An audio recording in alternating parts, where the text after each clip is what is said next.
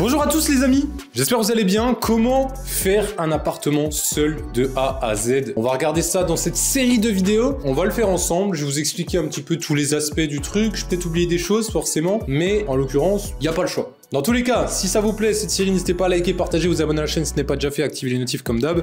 Nous on va être partis. Si vous avez des questions, n'hésitez pas, mais je ne connais pas tout. Il y aura forcément des professionnels et je suis avare de conseils. Au contraire, je suis preneur de tous les conseils de professionnels dès que je fais quelque chose de pas assez bien, avec grand plaisir. Au contraire, moi j'adore apprendre et je veux apprendre tout ce que je dois déléguer plus tard. C'est pour ça que j'ai fait moi-même mes travaux, etc., etc. Donc j'ai commencé les travaux de moi-même il y a 5 ans, quand j'ai commencé à acheter mes premiers immeubles, refaire des appartements. Je ne savais pas tenir une visseuse il y a 4-5 ans, mais j'ai eu la chance d'avoir mon père qui connaît tous les types de travaux. Mon père que vous avez vu dans certaines vidéos déjà, et donc je le remercierai jamais assez. Après c'est aussi moi, hein, parce que vous avez forcément des proches aussi dans votre entourage qui des fois ont certaines connaissances hyper importantes et dont vous n'avez pas le temps ou la flemme d'apprendre tout simplement. Moi, je me suis formé à l'immobilier en autodidacte pendant 1 an et demi, 2 ans à travers full livres, vidéos, j'ai lu une 50aine de livres d'immobilier, développement personnel, de bourse, d'investissement, etc., etc. D'ailleurs, j'avais fait une vidéo où je vous recommandais l'ensemble des livres que j'avais pu lire, du moins une partie. J'avais la chance d'avoir mon père qui était dans la partie travaux et j'ai fait pendant, là ça va faire 2 ans et demi, 3 ans que je fais beaucoup de travaux, quasiment 4-5 jours par semaine parce que j'ai la chance aussi d'être à mon compte avec les vidéos YouTube, ça fait plus de 10 ans maintenant, donc merci aussi pour votre soutien, ça fait plaisir. Mais voilà, ce que je veux dire, c'est que par là, c'est qu'on a tous potentiellement un peu d'avance sur quelqu'un, sur tel ou tel domaine. Moi, par exemple, mes parents n'avaient pas d'argent de côté, ils m'ont pas donné d'argent en plus ou quoi que ce soit. Je me suis débrouillé tout seul depuis mes 18 ans et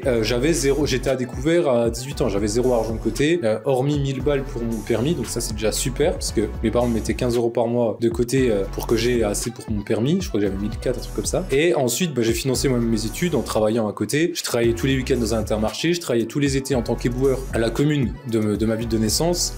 J'ai travaillé aussi 4 mois à un moment donné en tant qu'éboueur d'affilée pour mettre de l'argent de côté parce que j'avais fini la fac plus tôt, parce que j'ai fait une licence à la fac. Donc voilà pour la petite présentation. Mais tout ça pour dire que vous avez forcément peut-être de l'avance sur quelqu'un sur tel ou tel domaine. Moi par exemple, j'ai la chance d'avoir mon père qui connaissait tous les corps de métier en termes de travaux, mais j'ai fait la démarche aussi de vouloir l'apprendre et de prendre 2-3 ans pour apprendre tout ce qu'il savait apprendre et de faire des travaux avec lui, d'aller sur ses chantiers aussi de temps en temps pour apprendre, d'accord? Donc ça vous pouvez aussi l'aider les week-ends, des jours de temps en temps, voilà. Enfin, ce que je veux dire, c'est que là, par exemple, il y en a aussi qui seront peut-être un peu plus en avance financièrement. Ils ont peut-être des parents qui ont pu les aider avant. Vous avez peut-être la possibilité de travailler et d'habiter encore chez vos parents et de mettre beaucoup d'argent de côté. Donc, formez-vous. Moi, je me suis formé. J'ai mis de l'argent de côté tout seul. J'ai gagné mon argent tout seul. D'accord? C'est pas mes parents. Mais j'ai fait la démarche de vouloir apprendre aussi. Donc, il faut faire aussi les efforts derrière. Donc, il y en a des fois, ils ont tout à disposition. Mais moi, je pars du principe aussi que c'est aussi des fois un peu ce genre de problème de la vie ou autre. Quand vous n'avez pas trop d'argent ou quoi que ce soit, moi, voilà, j'ai pas forcément... J'ai connu des moments de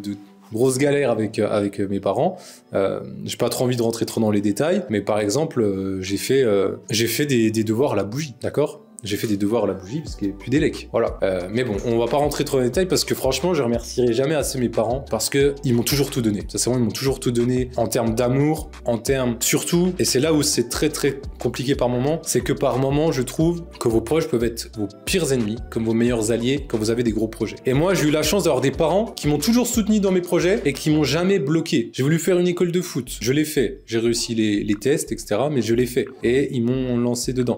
J'ai voulu me lancer sur YouTube, ils m'ont laissé faire à 20 ans, alors que j'étais à la fac, ils auraient très bien pu me dire tu finis tes études et potentiellement tu vois. J'ai arrêté à la licence parce que je pouvais vivre de YouTube, alors qu'ils auraient très bien pu me dire continue avec le master, alors que ma licence ne vaut rien entre guillemets. C'est une licence AES, Bac+3, donc ça sert pas à grand chose je trouve. Pour moi, il faudra que je fasse un autre truc, mais bon, avec toute l'expérience que j'ai gagnée via YouTube, j'espère que ça a valé le coup. J'ai voulu me lancer dans l'immobilier, ils m'ont jamais bloqué, j'ai acheté ma RP, ils m'ont jamais dit ah non t'es trop jeune, j'avais 24 ans et demi ou 25, je sais plus, ma maison avec ma femme maintenant actuelle. J'ai acheté un immeuble directement au tout début, après m'être formé, ils m'ont jamais bloqué. C'est un truc de fou. Il y en a, ils auraient jamais rien pu faire, ou ils sont trop à l'écoute de leurs proches. Mais par contre, il faut toujours avoir calculé son coût. C'est ça que je veux dire, c'est que vous n'allez pas vous lancer dans l'achat d'un immeuble, d'un appartement, dans du locatif sans vous être un minimum formé ou dans n'importe quel autre domaine. Comme je le dis tout le temps, vous ne serez jamais prêt à 100%, mais vous devez mettre toutes les chances de votre côté quand même. Moi, j'ai mis du temps à me former. Après, moi, maintenant, je propose aux personnes de les accompagner dans l'immobilier. Je vous accompagne dans votre achat, que que ce soit RP pour gagner de l'argent, que ce soit RP aussi pour faire un bon achat et pas perdre d'argent, que ce soit du locatif ou peu importe. Mais je pars du principe qu'à un moment donné, il faut se lancer aussi, il faut passer à l'action et c'est là que vous allez commencer. Dans tous les cas, vous serez jamais prêt à 100%, vous ferez forcément des erreurs. C'est comme être parent ou peu importe. Vous ferez forcément des erreurs sur le tas, mais c'est là aussi que vous allez apprendre encore plus. Parce que sinon, vous serez constamment bloqué. Vous serez jamais prêt à 100% dans n'importe quel domaine. D'accord? Voilà, j'ai fait la petite présentation. Elle sera plus disponible sur les autres vidéos. D'ailleurs, si ça vous intéresse, je vous offre un guide immobilier de 22 pages, je crois. Totalement gratuit. Vous avez juste à cliquer sur le lien dans la description. Je vous offre aussi un tableur Excel pour calculer votre rentabilité de manière totalement automatique. Et puis, si ça vous intéresse, je peux aussi vous accompagner. Vous avez juste à m'envoyer un petit DM sur Instagram, ils sont ouverts, ou sur Twitter, ils sont ouverts également. Je vous accompagne sur votre premier achat immobilier. Je vous forme et je vous aide à ne faire le moins d'erreurs, à acheter votre RP. Soit si vous avez un projet RP pour gagner de l'argent, soit si vous avez un projet RP et ne pas perdre d'argent, justement bien acheter, pas faire les erreurs, bien calculer votre budget travaux, etc.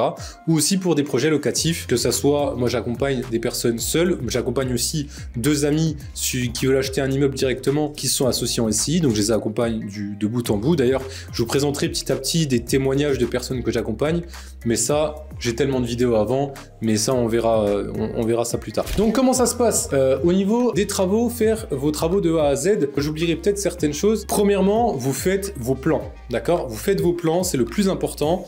Vous faites vos plans dès le départ. Vous allez signer votre acte de vente, donc compromis. Vous allez aller chercher votre prêt et ensuite votre acte de vente, c'est l'acte authentique final qui va vous permettre d'avoir les clés de votre appartement, votre maison, votre immeuble. Et là, vous allez avoir aussi en plus tous les plans, même s'ils les auront eu normalement au préalable. Vous demanderez, je sais pas, le diagnostic énergétique, le diagnostic loi Carrez, le diagnostic électrique, le diagnostic amiante et plomb, le tout à l'égout, est-ce qu'il est conforme? Vous pouvez faire passer aussi des gens de la commune pour vérifier que tout est conforme ou le mettre dans les clauses d'achat. Donc, comment acheter de A à Z? Moi, c'est surtout pour la partie travaux, mais si on peut aller assez rapidement pour ce premier épisode sur la partie un petit peu administrative, forcément, vous faites vos visites. Vous faites vos premières offres. Si elle a accepté, vous attendez une date avec un notaire. Prenez toujours votre notaire. Il y a plein de personnes qui ne savent pas qu'on peut prendre son notaire. Prenez votre notaire. Il va défendre vos intérêts. Si vous prenez le même notaire que le vendeur, il a tendance des fois à être pas assez objectif et à prendre un petit peu parti avec le vendeur. D'accord? Faites toujours une visite avant la signature de l'acte de vente final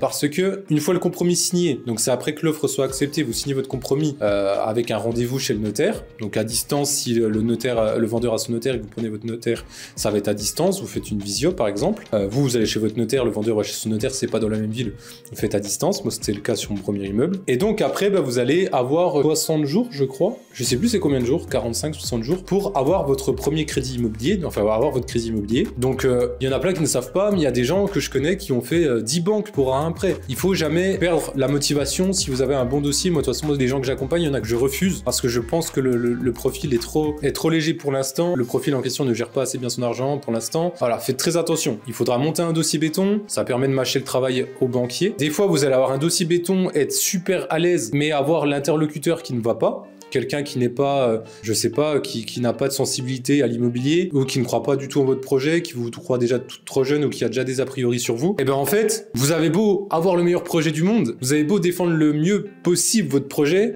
si vous tombez sur le mauvais interlocuteur, c'est comme dans plein de domaines, et ben des fois ça sert à rien. Ça sert à rien, de toute façon, il ne saura pas vous défendre et il va vous tirer non direct. Et c'est pas pour autant que vous allez avoir que des noms. Pas du tout. Vous allez faire d'autres banques et ça se trouve, vous aurez quelqu'un, moi j'ai eu la chance d'avoir des gens à chaque fois qui étaient sensibilisés à l'immobilier ou du moins j'arrivais à bien vendre le truc parce que le projet je le connaissais, on me posait des questions, il faut connaître aussi son sujet. Quand on a des questions, il faut être sûr de soi quand on y répond. Mais voilà, après, si vous tombez sur le bon interlocuteur, au moins si vous lui mâchez le travail avec un dossier bancaire béton, derrière quand il va défendre votre projet au-dessus pour aller chercher le prêt, et ben il aura plus simple à avoir un dossier devant lui pour se rappeler tout ce qu'il y a que essayer de vous défendre alors que vous n'avez pas présenté un dossier et lui avoir remis un dossier. Moi je trouve que c'est toujours mieux. Donc je vous dis, après vous allez à l'acte de vente, une fois votre prêt obtenu, acte de vente, toujours avant l'acte de vente, vous visitez à nouveau. 1 à 2 jours avant, vous vous mettez d'accord avec le vendeur, de toute façon il n'aura pas le choix, c'est un peu une obligation en soi. Il faut toujours visiter à nouveau parce qu'il y a des fois 2 mois, 3 mois, 4 mois qui se passent. Des fois voilà, il y a des ventes longues qui sont, mais sinon vous avez un délai à respecter pour avoir votre prêt. Mais avant la signature de l'acte, vous avez peut-être 3 mois qui vont se passer entre le compromis et l'acte de vente. Et donc toujours visiter avant. Parce que moi par exemple, très simple, Et bon exemple, je pense, entre le moment où il y a eu le compromis et le moment où j'ai été visité juste avant la signature de l'acte de vente, eh ben on a décalé la signature de l'acte de vente de 3 mois. Pourquoi? Il y avait eu un dégât des eaux entre-temps sur un des murs d'un des appartements de l'immeuble, et donc il fallait chercher la cause de la fuite, il fallait vérifier qu'il n'y ait pas de gros problème si je devais rebaisser le prix du bien. Donc voilà tout cela. Donc ensuite, toujours faire très attention quand vous déposez, quand vous mettez votre clause dans les clauses d'achat. Pour ceux qui achètent en SCI, vous êtes considéré comme un professionnel de l'immobilier, vous n'avez pas le droit aux 10 jours de rétractation. Quand vous êtes un particulier, si vous achetez là, sans faire de SCI ou en tant que personne physique et pas une personne morale comme une SCI, vous avez 10 jours de rétractation. C'est-à-dire que même après l'acceptation de votre offre d'achat, après le compromis, vous avez 10 jours de rétractation. D'accord? Donc ça peut, voilà, vous avez le temps de revenir un petit peu en arrière quand même. Ensuite, toujours, quand vous faites une offre d'achat, mettez des clauses. Vous avez la clause obligatoire qui est un petit peu présente dans tous les cas. C'est la clause d'obtention du crédit. D'accord? Je pense que là, acheter de A à Z, il y aura une petite partie de travaux, mais il n'y aura pas grand-chose, ce sera peut-être pour l'épisode 2. Mais il y a toujours l'obtention du crédit dans la clause, donc clause d'obtention du prêt immobilier. Et bien sûr, si votre projet nécessite de gros travaux avec une autorisation de la mairie, la DP, si vous avez une DP, donc une déclaration préalable de travaux à déposer à la mairie ou un permis de construire, mettez toujours dans les clauses obtention de la DP pour tel ou tel travaux ou du permis de construire pour tel ou tel travaux. D'accord? Moi, sur cet immeuble-là, je suis en train de diviser. Là où je vais vous présenter un petit peu cette série, ça va être un petit studio qui va être refait de A à Z. J'ai un autre studio qui va être au rez-de-chaussée. J'ai un escalier extérieur qui va desservir le premier étage pour mettre un T4. En soi, ce que je veux dire, c'est que moi, en l'occurrence, là, j'ai dû déposer une DP. D'accord? Donc, mettez dans les clauses obtention de la DP. Sinon, imaginons votre projet immobilier locatif ou votre projet de RP, c'est surtout sur du locatif, il n'est plus du tout rentable si la DP n'est pas validée. Si vous ne voulez pas rajouter dans les clauses, vous ne pouvez pas revenir en arrière. D'accord? Donc, des fois, il est toujours mieux de rajouter certaines clauses un petit peu chiantes et vous négociez un petit peu moins le bien en question parce que votre projet ne tient qu'à une DP acceptée ou un permis de construire accepté parce que, je sais pas, vous voulez diviser une maison en plusieurs appartements comme là je suis, donc créer un immeuble, et des fois, vous allez perdre le fil. Vous vous endettez pas sur 5 000 euros, c'est pas une voiture que vous achetez un bien immobilier sur 100 000, 200 000, 300 000. Donc il faut pas vous louper, d'accord? Donc la DP, en général, il est préférable de faire une DP, et de toute façon vous avez l'obligation de faire une DP, quand il y a un changement esthétique extérieur. Permis de construire a diverses choses, mais c'est la création de mètres carrés en plus, je crois que c'est plus de 20 mètres carrés, des choses comme ça. Petit tips, par exemple, si vous faites une terrasse non existante extérieure, faites une terrasse de moins de 20 mètres carrés. 20 mètres carrés, vous pouvez avoir une augmentation de la taxe foncière. Petit tips. Mais voilà. Donc, la DP, moi, comme je vous le disais, sur la maison, moi, je dois changer toutes mes fenêtres. Ça nécessite une validation et un projet DP, déclaration préalable de travaux. Je dois faire un escalier extérieur qui va sur la façade, changement esthétique. Tout ce qui est changement esthétique de façade, changement de toiture, vous voulez casser la cheminée qui est sur la toiture, vous voulez faire un changement de façade, une couleur de façade, vous voulez faire une isolation extérieure, une ITE, et voilà, c'est déclaration préalable de travaux. Je crois qu'on va pas commencer sur la partie travaux directs, on va commencer sur la partie un petit peu administrative, mais ça reste la partie travaux. Le PLU. Renseignez-vous toujours sur le PLU. Le PLU, c'est quoi? C'est le plan local d'urbanisme d'une commune, d'une ville, donc de la ville dans laquelle vous allez investir. PLU, donc, c'est l'ensemble des réglementations imposées par la commune au niveau de l'urbanisme. Je m'explique. Moi, par exemple, c'était une maison avec un grand jardin de 300 mètres carrés. La maison est divisible en 3 appartements. Par contre, le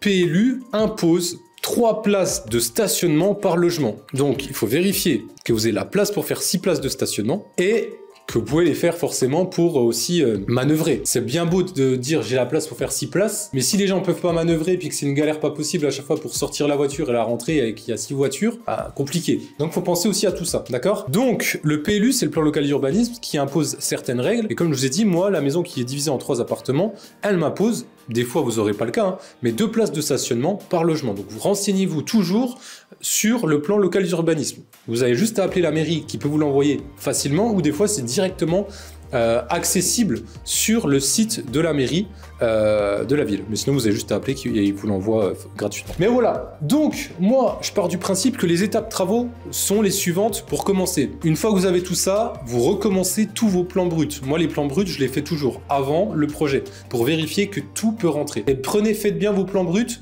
après isolation, d'accord? Parce que l'isolation, si vous isolez et que c'est pas isolé, que vous isolez en 160, 200, 160 c'est déjà pas mal, mais 120, 140, 160 avec de la laine de verre ou de la laine de roche, peu importe, je sais pas ce que vous faites, prenez toujours vos cotes après isolation. Parce que quand vous isolez en 160, moi j'isole en 160 ici, et imaginons, là j'isole pas en 160, mais j'isole en 160, c'est le cas au-dessus, de l'autre côté, bah, je vais perdre. Je vais pas enfin, il faut toujours laisser une lame d'air avec la laine de verre. Je vais perdre à peu près 18 cm, 20 cm de largeur de mur d'un côté, et 20 cm de l'autre. Ça fait 40 cm de perdu. Mais si vous faites ça aussi là, ça vous fait quand même quelques mètres carrés de perdu. C'est pour ça que des fois, si vous êtes sur des mètres carrés assez chers sur une commune, il est peut-être préférable de faire une ITE qu'une ITI, d'accord? Une ITE, c'est une isolation par l'extérieur, une isolation thermique par l'extérieur, pardon, et l'ITI, c'est l'isolation thermique par l'intérieur. À savoir que quand vous isolez par l'extérieur, vous avez besoin d'isoler par l'intérieur. Et à savoir qu'il y a des normes aussi à respecter. Faut vous renseigner, mais il n'est pas bon d'isoler de la même épaisseur par l'extérieur que par l'intérieur. Si vous faites une ITE et que c'est déjà un tout petit peu isolé par l'intérieur, il faut vous renseigner, parce qu'en fait, des fois, votre mur, après, il a tendance à plus respirer, ça crée de l'humidité, ça crée de la moisissure, et en fait, vous faites plus de mal à votre mur et à votre performance isolante qu'autre chose. Parce qu'en fait, votre mur ne peut plus respirer. S'il respire plus, bah, ça crée de la moisissure, ça crée des champignons, ça crée plein de problèmes. Donc voilà, on a déjà bien avancé sur ce premier truc. En vrai, on peut faire une petite vidéo assez longue. Je vous ai dit, donc première étape, vous faites vos plans. Vos plans, il y a tout ce que je vous ai dit aussi au préalable avec le compromis, le PLU, enfin bref, tout ce que je vous ai dit. Vos plans. Et une fois arrivé, vous verrez quelques extraits, vous cassez le tout. Vous cassez le tout, je parle vraiment pour ceux qui recommencent tout à zéro. Hein. Vous cassez tout, et là vous vérifiez tous vos potentiels problèmes. Moi, j'ai des poutres. Est-ce qu'elles sont en bon état? Est-ce qu'elles sont courbées? Est-ce qu'il faut les renforcer? Est-ce qu'elles ont été grignotées par telle ou telle chose? Tout ça, il faut le regarder. J'avais une ancienne cheminée, donc j'ai cassé, elle a été condamnée, hein. Mais j'ai cassé l'extérieur de la cheminée avec la brique qu'il y avait autour pour vérifier comment elle était et vérifier que je pouvais la condamner. J'ai une partie, attention, vous aurez sûrement le cas par moment aussi, pour certains qui seront en rez-de-chaussée, qui achèteront un immeuble ou une maison, peu importe. J'ai une partie qui est semi-enterrée, d'accord? Donc, moi je le savais, c'est pour ça aussi que j'ai tout cassé, je voulais vérifier, mais je me doutais que ça serait humide derrière. J'ai retrouvé quoi? De la moisissure derrière les petits pans de lattes de bois qu'ils avaient posés, c'était pas isolé avec de la laine de verre, mais c'était déjà moisi.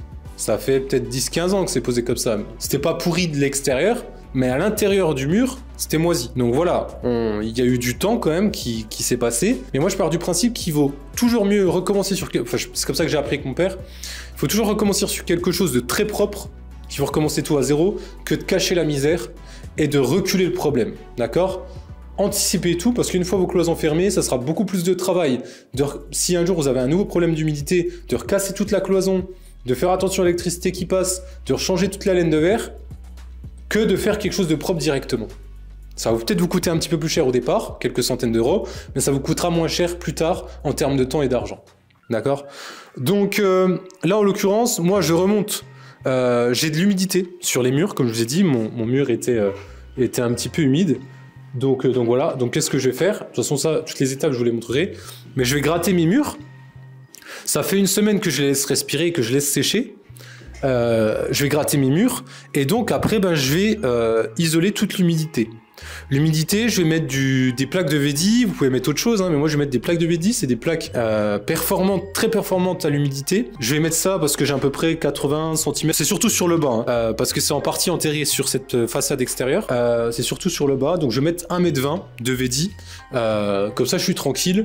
Je vais tout coller au Vedi. Des vraies plaques de Vedi. C'est bleu, c'est marqué Vedi dessus. Prenez pas de la sous-marque. Ça coûte toujours un peu plus cher. Mais le Vedi, c'est vraiment... Voilà, il y en a... Il y a des personnes qui font des salles de bain clé en main, comme mon père, et des clients qui vont faire des salles de bain tout en Vedi. Parce qu'en fait, c'est hyper performant, c'est quasiment le mieux possible.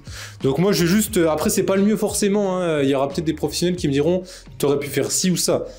Soit je vais... déjà, je vais tout gratter, je laisse respirer, je laisse sécher mes murs. Je verrai si je mets de la... je sais plus c'est quel type de produit, mais avec un rouleau à peinture. Un truc pour l'humidité. Et derrière, je vais recoller des plaques de Vedi sur 1,20 m de hauteur aussi un petit peu sur le sol, mais pas grand chose, l'histoire vu que j'isole en 160, isoler un petit peu derrière, que ça ma laine de verre, elle sera pas à même le sol, et ensuite, bah c'est tout, ensuite je commence mon plafond, je tire toute mon élec, je condamne toute mon élec, très important, je me suis branché enfin j'ai demandé, c'est Enedis qui vous le fera, mais moi j'ai un compteur de chantier, vous pouvez le louer ou l'acheter, moi j'ai un compteur de chantier, parce que voilà, là j'ai plus d'électricité, j'ai tout condamné, je recommence tout à zéro sur cet immeuble, sur cette maison que je divise en plusieurs appartements, donc voilà, je vérifie tout, je casse tout, une fois tout cassé, je vérifie que mes plans sont toujours bons. Est-ce que en fonction des problèmes rencontrés, je peux toujours mettre mon électricité de tel ou tel côté, ma plomberie de tel ou tel côté, mon couchage de tel ou tel côté, je vérifie tout. Parce que une fois les cloisons fermées, il faut vraiment être sûr de soi partout. Vérifier que vous avez oublié au coin un point d'électricité, etc., etc. Si vous n'avez pas de compteur Linky, ça sera de la rénovation à neuf aux yeux du consuel. Moi, j'ai pas de compteur Linky. J'en ai un sur le studio là-bas. J'ai pas besoin forcément de faire passer le consuel. Je le ferai peut-être passer parce que de toute façon, quoique ça coûte quand même 100 et quelques euros, je crois, 130 euros, j'avais payé par logement. Mais si vous n'avez pas de Linky dans un logement, vous êtes obligé de faire, même si vous faites l'électricité à neuf, vous êtes obligé de refaire passer le consuel, d'accord? Si vous avez déjà un Linky, le consuel n'est pas obligé de passer. Enedis, vous rebranchez, etc. Enedis, vous remettrez l'électricité. Mais Enedis n'aura pas l'autorisation de vous remettre l'électricité si c'est une rénovation à neuf et que vous n'avez pas encore de Linky, tant que le consuel n'a pas validé votre tableau électrique et forcément les normes, c'est NF 1500, je crois.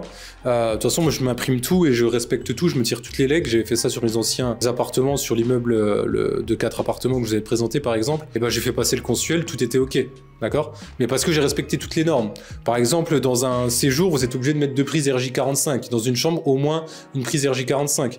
Mais voilà, tout ça on en parlera. Dans une chambre, vous êtes obligé d'avoir au moins 9 mètres carrés habitables, d'1 mètre 80 en loi Carrez, d'accord? Au moins 1 mètre 80 de hauteur sous plafond. Bon, faut pas qu'il y ait ça parce que je suis 1 mètre 80. C'est toujours mieux d'avoir plus, mais c'est minimum 1 mètre 80 et une fenêtre, d'accord? Et une prise RJ45 par chambre et 2 au moins par séjour pour en mettre plus, hein, forcément. Mais voilà, il y a plein de petites normes à respecter, donc je pourrais pas tout vous raconter dans cette série, j'ai forcément oublié des choses, mais tout ça pour vous dire que des fois j'essaie de vous faire des petits rappels pour que vous puissiez vous renseigner. Donc oui, je disais avec mon père, j'ai toujours appris à travailler sur du propre, sur du neuf, à tout refaire correctement et à pas cacher la misère forcément, parce que j'ai pas envie de avoir plus de travail plus tard. Donc là, j'ai tout cassé, mes poutres sont en bon état, elles sont pas grignotées, vous pouvez prendre un tournevis, etc. Mais vous prenez là j'ai pris le manche à balai, mais vous prenez un tournevis, vous grattez, vous vérifiez qu'elles sont pas creuses, qu'elles n'ont pas été grignotées. Moi, tout est ok, d'accord? Tout est ok. Moi, par exemple, au-dessus, j'avais le sol qui était pas du tout de niveau. On a refait tous les sols au premier et au deuxième étage. Avec des plaques d'OSB, on a tout remis de niveau parce que c'était trop compliqué de remonter toutes les poutres, etc. On a renforcé 2 poutres. Mais là, sur ce studio-là, mes problèmes, c'est comme si je me mettais à votre place. Mon problème, c'est uniquement cette partie humidité et sinon, c'est tout. J'ai pas vraiment de problème. Je recommence tout à zéro. Je vais peut-être rencontrer des problèmes dans ma rénovation. Mais là, il n'y a pas de raison que j'ai de problème. Mon sol, c'est du carrelage qui est posé à même la dalle. D'accord? Donc ça, on fera une partie DPE, il n'y aura pas de problème pour comment améliorer un DPE. Mais vu que mon carrelage est posé à même le sol, mon sol n'est pas du tout isolé, d'accord? Donc ça, c'est hyper important.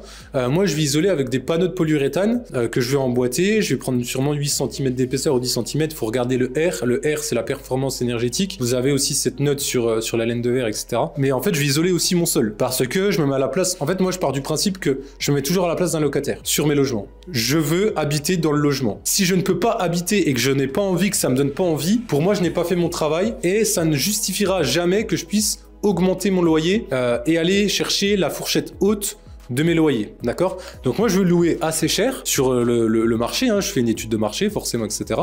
Et moi je veux aller dans la fourchette haute, où je sais que je serai le moins cher ou quasiment le moins cher par rapport aux gens qui auront les mêmes ce que vous donnez à votre client, quoi.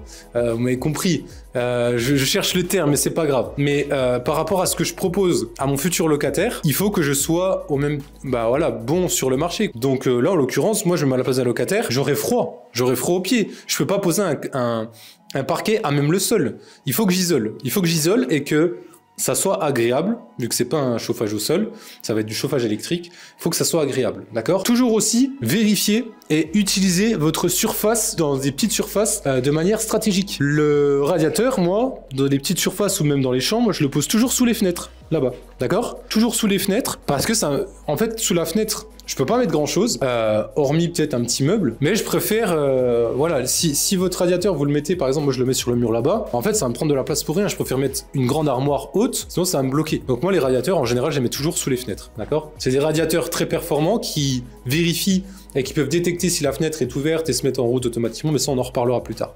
Donc ça c'était le premier épisode, c'est un petit peu, voilà, une fois que j'ai tout cassé, en fait je revalide mes plans, je refais mes plans électriques, je me dis ok là je peux mettre mes points là, je peux mettre ma télé là, je peux mettre mon couchage ici, mon radiateur là, mon tableau ici, donc c'est toujours très très important. Mais ça on en reparlera, dites-moi s'il y a des points que vous voulez absolument voir dans cette série, mais voilà. Donc je vous ai un petit peu parlé de tout, ce que je voulais, il y a plein de trucs qu'on n'a pas encore pu voir, mais ça on le verra dans le prochain épisode. Donc forcément moi là, qu'est-ce que je vais faire? Je vais tirer mon plafond, je vais mettre mes suspentes, je vais tirer mon plafond, je vais mettre mes fourrures, je verrai si je les mets en quinconce, normalement là les suspentes c'est toujours en quinconce. Le problème c'est que j'ai très peu de surface, donc je vais voir si je prends, pas le risque, mais si je le mets en quinconce, ou si j'en mets partout comme je l'ai déjà fait. Mais c'est toujours mieux en quinconce, ça permet d'équilibrer le poids. Il faut que je vois. Il faut que je vois parce qu'il y a certains endroits, ça risque d'être un peu plus galère. Je vais voir, je vais poser mes lasers, et une fois mes fourrures mises, je vais pouvoir poser ma laine de verre, je vais isoler en 200 sur le plafond, comme d'hab, j'isole toujours en 200. Et ensuite, je vais tirer mon élec. Elle va toujours passer au même endroit, mais ça, je vous en reparlerai. Pourquoi? Parce que c'est pour éviter que vous mettiez une vis dans l'électricité, c'est très dangereux. Donc en fait, je repère toujours mes gaines électriques, je les fais passer tout au même endroit. Comme ça, je sais qu'à cet endroit-là, bah, faut pas que je mette de vis à placo. Des vis de 35, moi je mets toujours des vis de 35, que ce soit sur mes suspentes ou sur le placo au plafond. Des vis de 35 mm.